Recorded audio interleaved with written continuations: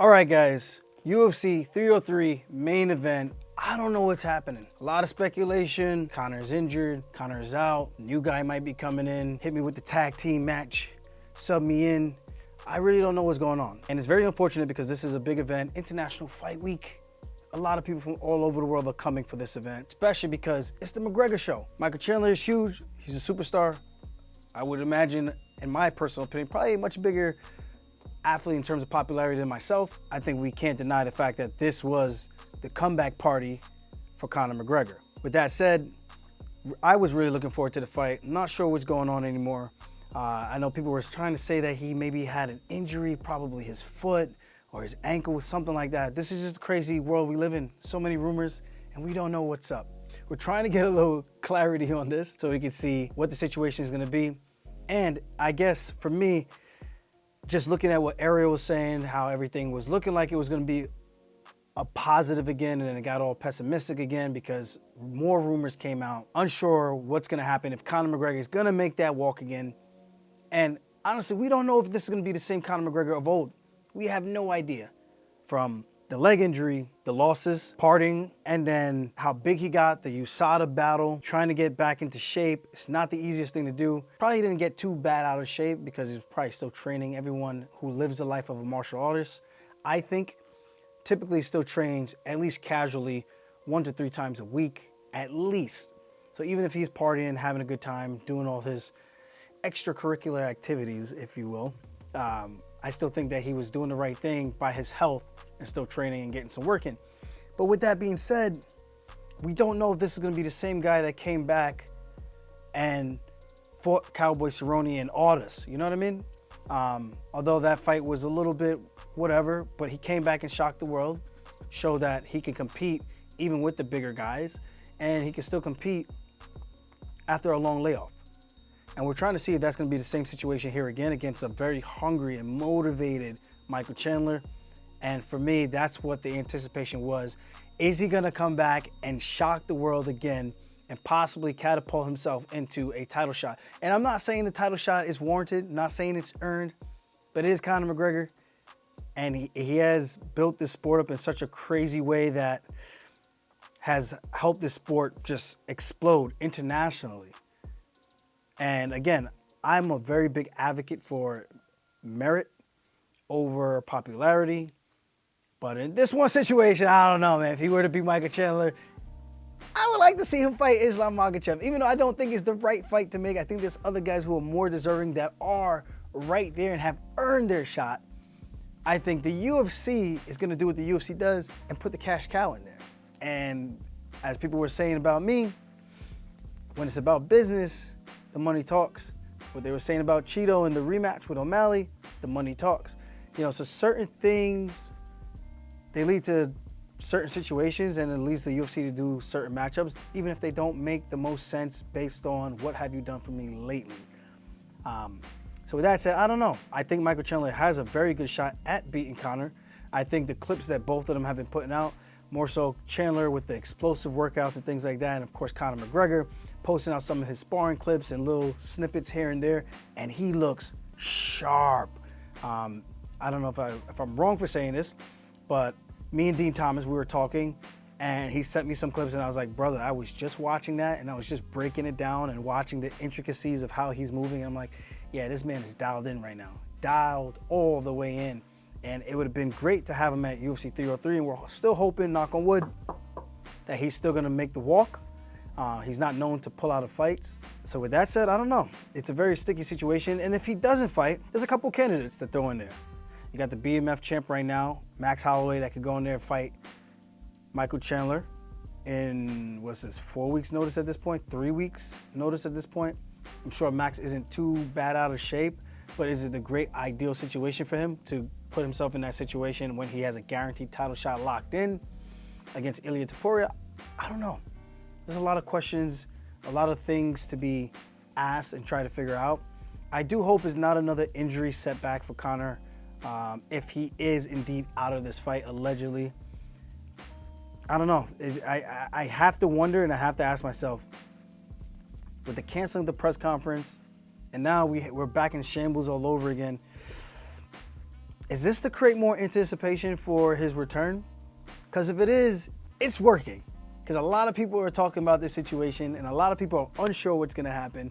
And I think that's going to make people more dialed in if he does actually show up and he is still going to be on this card and main eventing against the one and only Iron Mike Chandler. So for me, I'm super excited about this all in all. I don't know which way it's going to go. And I'm just trying to follow the breadcrumbs because where there's smoke, there's usually fire. And I know Conor posted a picture of him in the hospital or in his bed. I can't remember exactly. He was laid up with his sweatpants on, half chub. And I thought that was the funniest thing. It's like this man went silent, canceled a press conference, and just posted a picture of him just smirking in his bed with the half chub. I'm just like, this is hysterical. This is classic, typical Conor-esque type of just, I don't want to say trolling, but just him and his persona. And I just think it's hilarious.